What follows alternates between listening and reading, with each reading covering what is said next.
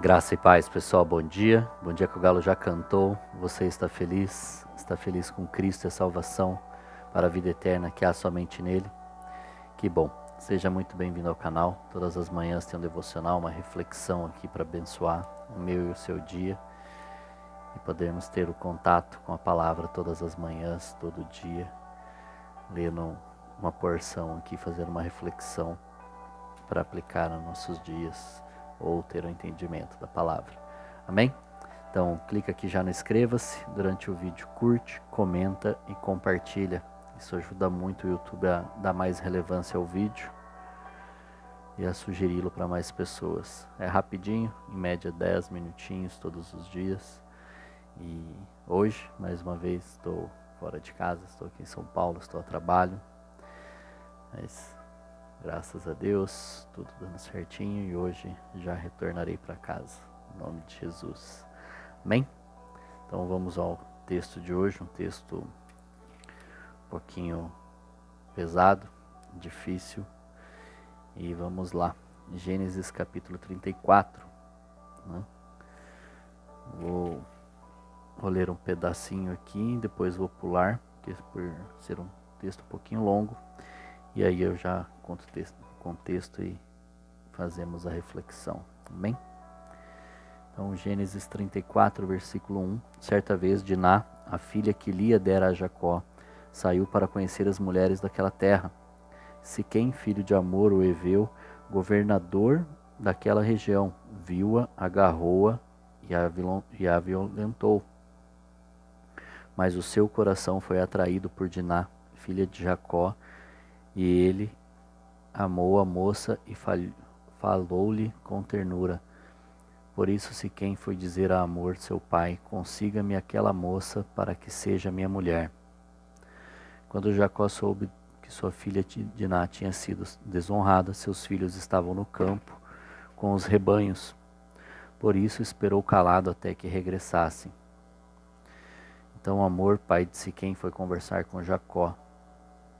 Quando os filhos de Jacó voltaram do campo e souberam de tudo, ficaram profundamente entristecidos e irados, porque Siquém tinha cometido um ato vergonhoso em Israel ao deitar-se com a filha de Jacó, coisa que não se faz.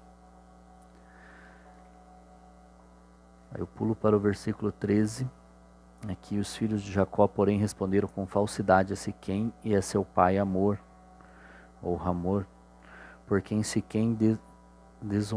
por ter Siquém desonrado Diná, irmã deles, disseram: não podemos fazer isso, jamais entregaremos nossa irmã a um homem que não seja circuncidado. Seria uma vergonha para nós. Daremos nosso consentimento a vocês com uma condição, que vocês se tornem como nós, circuncidando todos os do sexo masculino. Só então lhes daremos as nossas filhas e poderemos casar-nos com as suas. Nós nos estabeleceremos entre vocês e seremos um só povo. Mas se não aceitarem circuncidar-se, tomaremos nossa irmã e partiremos. A proposta deles pareceu boa a Hamor e seu filho Siquém. O jovem era o mais respeitado de todos os da casa de seu pai. Não demorou em cumprir o que pediram, porque realmente gostava da filha de Jacó. Assim Hamor e seu filho Siquém dirigiram-se à porta da cidade para conversar com seus concidadãos e apresentar a proposta. Todos os que saíram para reunir-se à porta da cidade concordaram com Hamor e seu filho Siquém, e todos os homens e meninos da cidade foram circuncidados. 3 dias depois, quando ainda sofriam dores, 2 filhos de Jacó, Simeão e Levi, irmãos de Diná, pegaram suas espadas e atacaram a cidade desprevenida, matando todos os homens. Mataram ao fio da espada Hamor e seu filho Siquém, tiraram Diná da casa de Siquém e partiram. Vieram então os outros filhos de Jacó e, passando pelos corpos, saquearam a cidade onde sua irmã tinha sido desonrada. Apoderaram-se das ovelhas, dos bois, dos jumentos e de tudo que havia na cidade do campo. Levaram as mulheres e as crianças e saquearam todos os bens e tudo que havia nas casas. Então Jacó disse a Simeão e Levi: vocês me puseram em grandes apuros, atraindo sobre mim o ódio dos cananeus e dos ferezeus.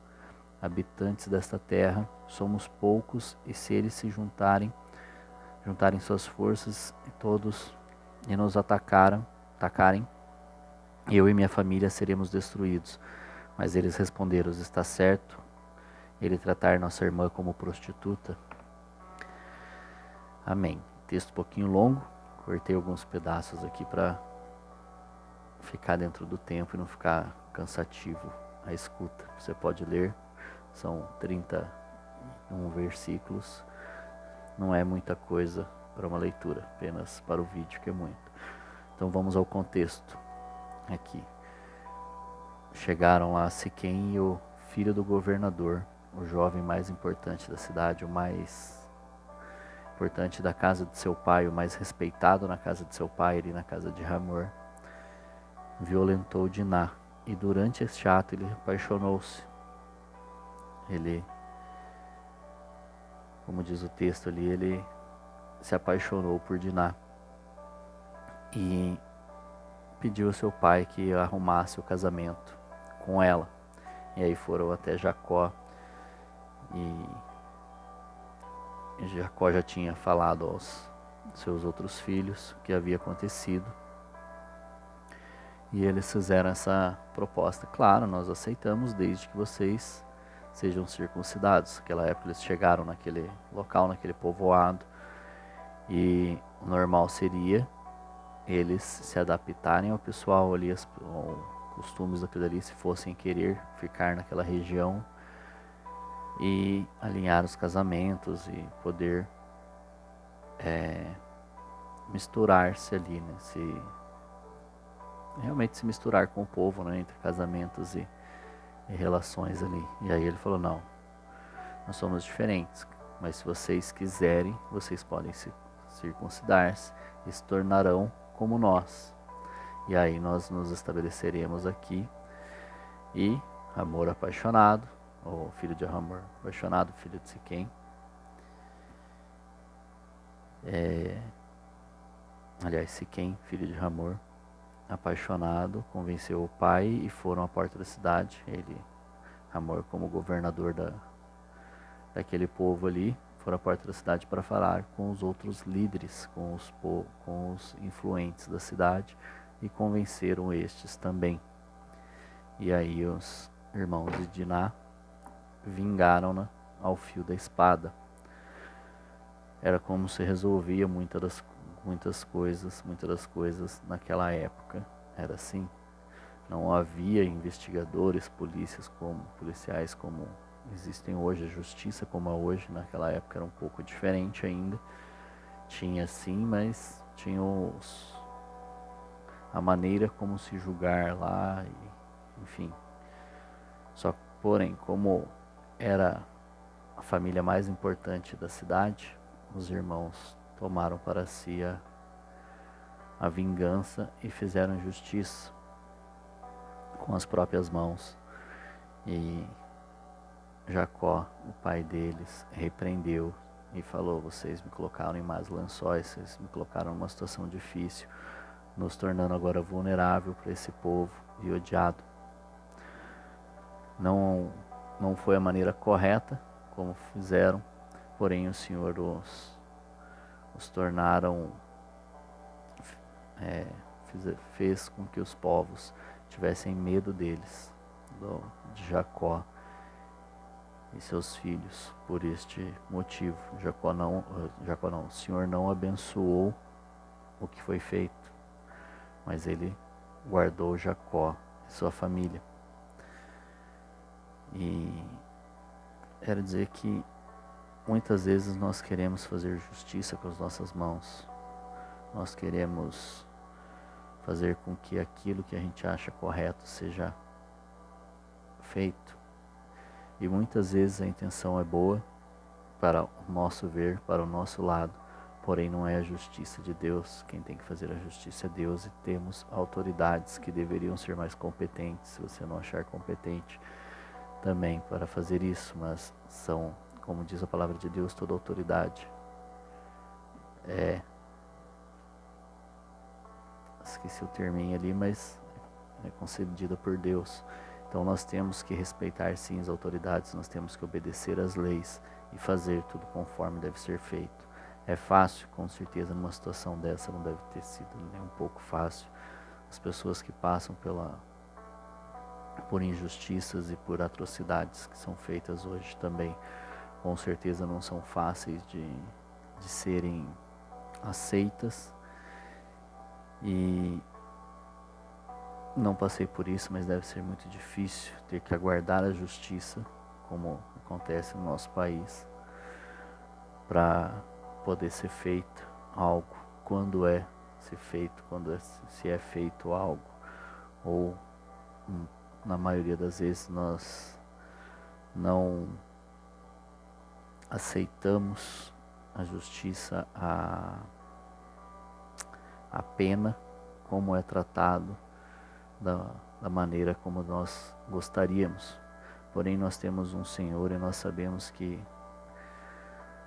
tudo será julgado através dele, inclusive o que nós já fizemos. Então, a palavra diz que a gente não pode julgar para também não ser julgado com a mesma medida, ou melhor, com a medida com a qual nós julgarmos, nós seremos assim julgados também. Então, nós temos que orar a Deus, sempre pedir o consolo do Espírito Santo, para que o Espírito Santo acalme nosso coração, tire de nós esse sentimento, tire a raiva, principalmente o ódio, principalmente o desejo de vingança.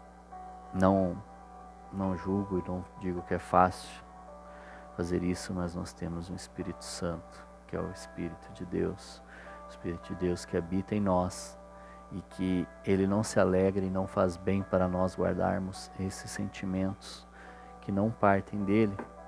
Então nós temos que buscar alívio nele, buscar o perdão, alcançar o perdão com a ajuda do Espírito Santo. E perdoar é difícil, é muito difícil, mas eu lembro de um vídeo de uma situação como essa, de um pai que teve uma filha assassinada. Não lembro se ela chegou a ser violentada antes de ser assassinada, mas era sua única filha. Era a sua bebezinha, né? Não era um bebê, mas entenda o que estou dizendo para um pai. E esse vídeo se passa no julgamento dele. E esse cara era considerado pelos psiquiatras e pela medicina um psicopata, ou seja, alguém que não tem remorso, alguém que não vai entender aquela atrocidade que ele está fazendo, aquele que não vai ter arrependimento. E foi a júri popular e todos aqueles que iam fazer a sua declaração falavam, ofendiam e proferiam tudo que podiam proferir ali para aquele homem sorria, ria e nada o abalava. Talvez para um psicopata todas essas coisas para ele sejam um recebimento de um pagamento, é como se fosse um reconhecimento pelo que ele fez, e talvez até alegrasse mais seu coração pela maneira como ele recebia e respondia com sua fisionomia aquela situação. Mas o homem, pai desta menina, a vítima deste homem, ele entrou e no discurso ele falou, talvez eu erre algumas palavras aqui, faz tempo que eu assisti, mas é muito marcante. Ele falou: hoje é o dia mais difícil da minha vida. Talvez não seja o dia mais difícil do que o dia da notícia, mas é o dia mais difícil da minha vida, pois eu sou cristão, o caráter de Cristo está implantado em mim. Eu tenho que buscar o coração de Cristo. Não estou fazendo somente por mim, mas estou fazendo por Cristo e o que a palavra diz para mim, e é o que eu tenho que fazer. Então por Cristo eu farei, porque Cristo morreu por mim enquanto eu era pecador, e agora eu não vivo mais por mim, vivo por Ele. E o Cristo a qual eu sigo pede-me que eu perdoe este homem pelo que ele fez. E ele pegou e falou: eu te perdoo por tirar a vida da minha filha, cara. E no momento em que ele perdoa este homem, esse psicopata que não deveria ter remorso algum, sentimento algum, escorre lágrimas dos olhos deste homem. Neste momento, esse homem deu abertura ao Espírito Santo para fazer algo na vida dele. Do que acontece para frente, desse momento para frente eu não sei, mas eu sei que esse homem jamais será o mesmo depois desse perdão. Era algo que ele não esperava, provavelmente ele nem acreditaria em Deus, provavelmente ele acreditava que Deus jamais o perdoaria, ele acreditava que iria para o inferno, e talvez naquele momento ele começou a pensar diferente. Precisou passar por tudo isso daí. A filha de um homem precisou morrer para um outro receber perdão, assim como o Filho de Deus precisou morrer para que eu e você recebesse perdão. E o perdão talvez seja a situação mais difícil a qual eu e você enfrentaremos, independente do tamanho do perdão à nossa vista. Talvez alguém que tenha perdido, alguém que tenha o traído, alguém que tenha o apunhalado pelas costas, alguém que feriu o seu coração, alguém que te deu prejuízos financeiros. Enfim, o perdão talvez seja o ponto mais difícil para o cristão, mas é isso que nós temos que buscar. E eu me lembro também em Atos, não vou lembrar o capítulo agora, Atos 7. Atos capítulo 7, você vai ler a história de Estevão, o primeiro mártir da Bíblia, que enquanto estava sendo apedrejado e morto por pedradas, por ser seguidor de Jesus, ele pegou e falou, olhou aos céus, viu Jesus sentado ao lado do Pai e cheio do Espírito Santo. É assim que a palavra diz, você vai ler lá em Atos 7. E cheio do Espírito Santo ele falou, olhou aos céus e disse, Pai, perdoa-os que eles não sabem o que estão fazendo. E dito isso, morreu e foi aos céus encontrar com o nosso Criador. Amém? Nós com certeza, isso com certeza absoluta, nós passaremos por muitas provações e por muitas possibilidades. Muitas vezes nós poderemos exercer o perdão e como seguidores de Cristo, tendo o caráter de Cristo, nós temos que exercer o perdão. É muito difícil, não concordo com você que não é fácil, mas como Pedro pergunta a Jesus, então quantas vezes devemos perdoar, Senhor? 7 vezes, e Jesus responde, não, 70 vezes 7, porque como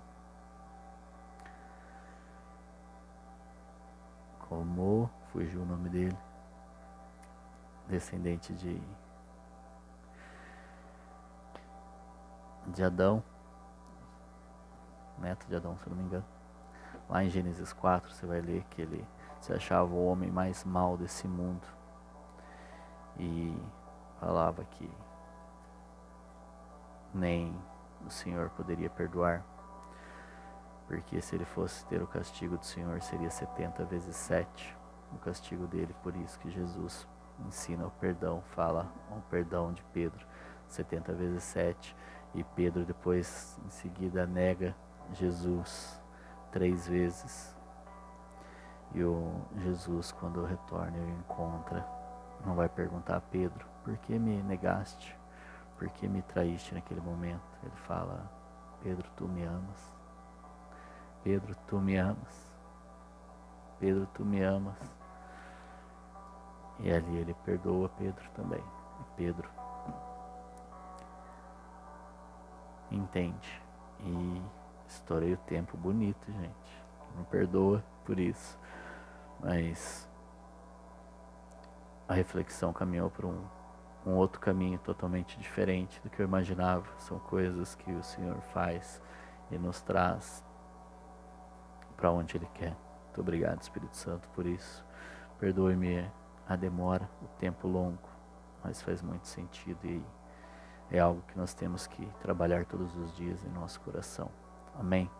Que Deus te abençoe. Um forte abraço, um grande beijo no seu coração, um maravilhoso final de semana. Estamos em luto, pois a pastora Sarah Hayashi, fundadora e pastora na Zion Church, na época Monte Sião, nome da igreja, hoje transicionada para Zion pela visão global, faleceu ontem, já está com o Senhor aos seus 81 anos e deixa um legado maravilhoso, fantástico. Amanhã é dia de culto, não deixe de cultuar e entregar ao Senhor tudo aquilo que você fez na semana. Busque ao Espírito Santo perdão todos os dias. Amém? Que Deus te abençoe. Um forte abraço, um grande beijo no seu coração e até amanhã.